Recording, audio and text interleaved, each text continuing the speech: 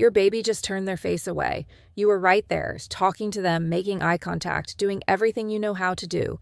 And they looked away, pushed slightly with their hands, turned their head to the side, and your first instinct was to try harder. You moved closer, talked a little louder, tried to catch their eyes again. You were doing the opposite of what they asked. Researchers at the University of Washington spent years cataloging every form of nonverbal communication used by babies before they can speak. What they found was 83 distinct signals, 83 ways your baby is actively trying to talk to you, right now, every day, before a single word ever comes out. Most parents don't recognize any of them.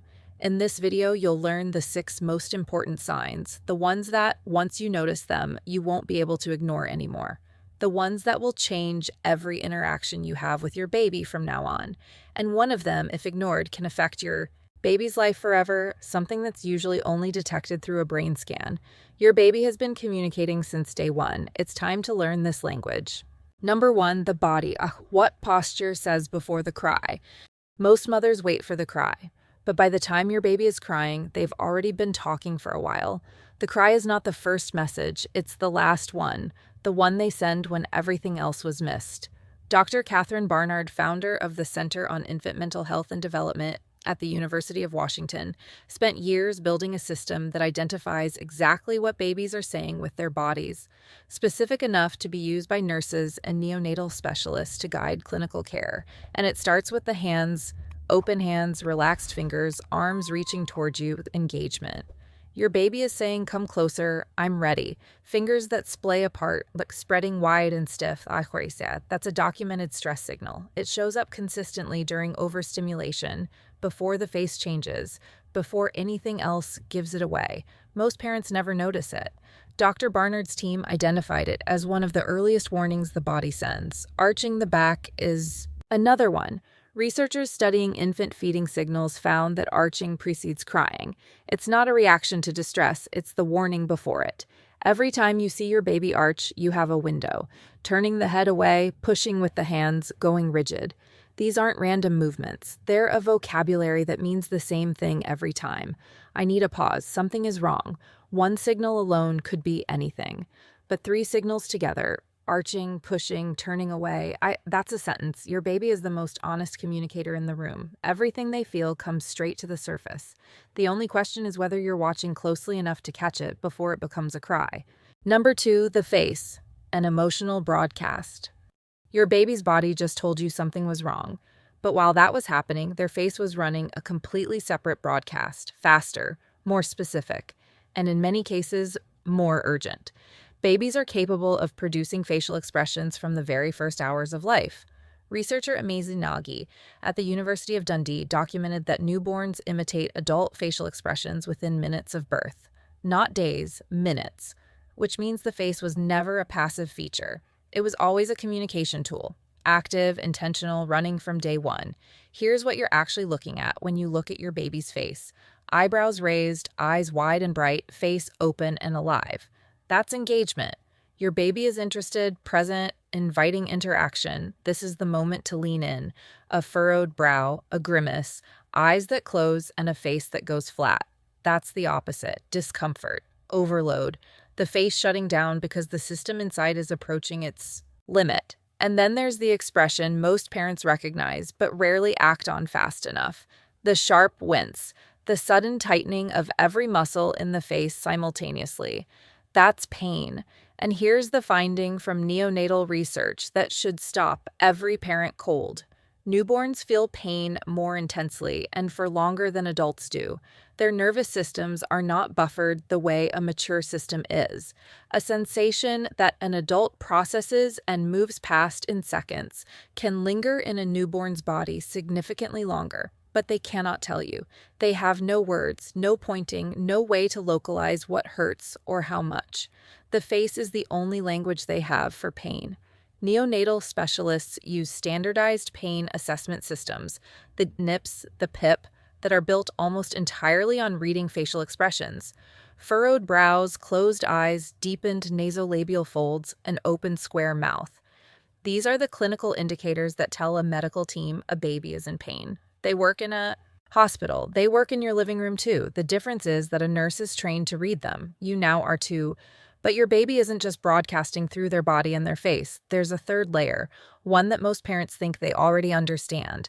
And what researchers found about it will completely change how you hear it. Number 3, the cry. Not what you think it is. Every mother thinks she knows the cry. She's heard it hundreds of times. She's learned to move toward it automatically before she's even fully awake. She knows the difference between the cry that means hunger and the cry that means something else. Or at least, she thinks she does, because what researchers discovered about the cry changes everything about how you hear it. In 2009, researcher Iris Cross at the University of Cambridge made a finding that nobody expected.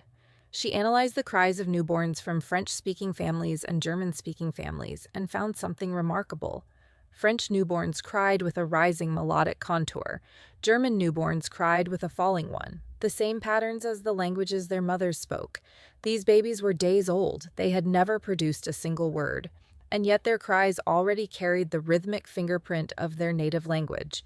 Learned through the wall of the womb during the final months of pregnancy, the cry is not random sound. It never was. It is language being constructed from the very first breath.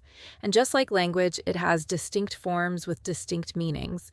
The hunger cry is rhythmic and repetitive. It builds gradually, rising in intensity the longer it goes unanswered. It has a pattern, cry, pause, that reflects the biological rhythm of need. The pain cry is completely different. It arrives suddenly at full volume, followed by a silence, a brief apneic pause before the next wave. That silence is the nervous system being overwhelmed. It is not a break in the cry. It is the cry being too large for the body to sustain continuously. The discomfort cry is intermittent, lower in intensity, more like a complaint than an alarm. The tired cry comes with yawns between sounds, a resmungato quality that says the system is winding down rather than escalating. 4 different cries, 4 different messages, and most parents spend months treating all of them the same way. But here's what matters most about the cry, and this is the part that changes how you think about the previous 2 signals. Developmental pediatricians at the Australian Association for Infant Mental Health analyzed a systematic review on infant crying behavior and found something that reframes the entire problem. Babies whose subtle signals are consistently recognized and responded to cry significantly less, not because they need less, because they don't have to escalate. The body signal goes unread. They try the face goes unread. They try the cry.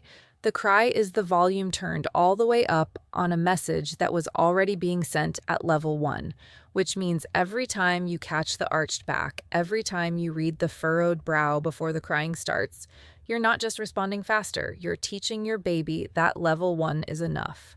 And a baby who learns that their quietest signals get heard, that baby cries less, needs less, because the communication is already working. But there's still one signal we haven't talked about. The one the hook promised, the one that, if consistently missed, shows up on a brain scan. Number 4, the eyes, the first conversation. Your baby is looking at you, really looking. That fixed, unblinking, completely focused stare that feels like they're seeing something you can't. Like there's more happening behind those eyes than a few months of life should be able to produce. There is, from the very first days of life, the eyes are your baby's primary instrument of communication. Before the hands can reach, before the voice can form anything beyond a cry, before any other system is developed enough to carry a message. The eyes are already working, and they're saying 2 completely different things depending on which direction they move. When your baby locks eyes with you, holds your gaze, tracks your face, looks at you with that intensity, that is an engagement cue. The clearest invitation they know how to send. It means I'm ready, I'm present. Come into this with me. That moment is the window, the optimal point for feeding, for play, for connection. The baby's nervous system is regulated, receptive, open. But then the eyes move away. And here's where almost every parent gets it wrong. The instinct, when your baby looks away, is to follow, to move into their line of sight, to try to recapture the connection that just broke. Because that's what you do when someone looks away from you. You try to bring them back. But the devious son duolar, the look away, is not a disconnection. It is a regulation strategy. Babies have a limited capacity to process stimulation. When that capacity approaches its limit, the nervous system needs to reduce input. And the fastest, most efficient way a baby has to reduce input is to remove the most stimulating thing in their environment from their visual field, which is usually your face. The look away is not rejection. It is the baby's version of taking a breath. And every time you follow, moving closer, talking louder, trying to recapture the gaze, you are adding stimulation to a system that just asked for less. You are making it harder, not easier. Dr. Kathryn Barnard's research at the University of Washington identified the look away as one of the most important and most consistently misread signals in all of infant communication. Mothers who learned to pause when their baby looked away and who gave the space that was being asked for reported faster, calmer returns to engagement. The baby looked away, regulated, and came back. The ones who didn't pause reported escalation, more fussing, more crying, more difficulty re-engaging. Same signal, two completely different responses, two completely different outcomes. And now here's the part the hook promised. A study published in the Journal of the American Academy of Child and Adolescent Psychiatry by Koch and colleagues measured something that should change how every parent thinks about this moment. They looked at maternal sensitivity, how consistently and accurately mothers read and responded to their baby's cues, including the subtle ones like the look away or twie, and then they measured the structural volume of the baby's brain. What they found was direct and measurable. Lower maternal sensitivity correlated with smaller subcortical gray matter volume in the baby's brain, not behavior, not mood, not a developmental delay that shows up in a screening. Brain structure, visible on a scan. The look away is not a small moment. It is a request from a nervous system that is still learning how to exist in the world, and how consistently that request gets honored or ignored leaves a mark that goes deeper than behavior. It goes all the way to the architecture. But there are still two signals left, and the next one only appears after 9 months. And it might be the most sophisticated thing your baby does before their first word. Number 5, the look for your face, social referencing. Your baby has just encountered something new. Maybe it's a dog across the room. Maybe it's a stranger leaning in to say hello. Maybe it's a loud noise, an unfamiliar toy, a new environment that doesn't match anything they've experienced before. They look at it, process it, and then, before they decide what to do, they turn and look at you. Not randomly, not out of habit. With a specific, deliberate question written all over their face. Is this safe? This behavior has a name in developmental psychology, social referencing, and it emerges around 9 to 12 months when the baby's brain has developed enough to understand something profound, that you have information they don't, that your emotional response to the world is data they can use to navigate it. It is, in the most literal sense, your baby asking you a question, and your face is the answer. Researcher Martha Ainsworth and subsequent developmental psychologists documented exactly how this works. When a baby looks to their caregiver's face and finds calm, a relaxed expression, an easy smile, a body that isn't tense, the nervous system receives a green light. Safe, explore, go further. When they find tension, a worried expression, a sharp intake of breath, a face that contracts, the nervous system receives the opposite signal. Stop, pull back. This is dangerous. The baby doesn't evaluate the dog or the stranger or the loud noise independently. They evaluate your reaction to it. And that reaction, conveyed in a fraction of a second through your expression, your posture, your voice, becomes their understanding of what that thing means. You are not just their parent in these moments. You are their guide to the entire world. And here's what makes this signal so easy to miss in modern life. Your baby turns to find your face, and your face is pointed at a phone. That moment, that specific, brief, time-sensitive moment when your baby is actively seeking emotional information from you, passes. The question gets no answer, and the baby's nervous system, left without the data it was looking for, defaults to caution. to pulling back, to treating the ambiguous thing as a potential threat rather than a potential discovery. Researchers found that babies of mothers with consistently attenuated emotional responses, less expressive faces, less contingent reactions, learned the social referencing system too, but with less clarity, less confidence in what the signal meant, more hesitation in new situations. The face you show your baby when they look to you for guidance doesn't just affect that moment, it shapes how boldly they move through every moment after it. And there is one signal left, the last one, and it might be the most remarkable thing your baby does before their first word ever arrives. Number 6, the point, the beginning of everything. Watch your baby around 9 to 12 months. At some point, maybe you've already seen it, they will extend their arm, extend their index finger, and point at something across the room. Not to ask for it, not because they want you to get it, just to show you, look at that. I see something and I want you to see it too. That gesture, so small, so ordinary, so easy to walk past without registering what it means, is one of the most significant developmental milestones in all of human communication. Researchers call it proto-declarative pointing, and what makes it extraordinary is not the physical movement. It's what the movement requires the baby to understand in order to produce it. To point at something just to share it, not to get it, not to demand it, but simply to share the experience of seeing it. Your baby has to understand that you have a mind, a separate mind, a mind that doesn't automatically see what they see or know what they know, a mind that can be directed, that can be invited into an experience.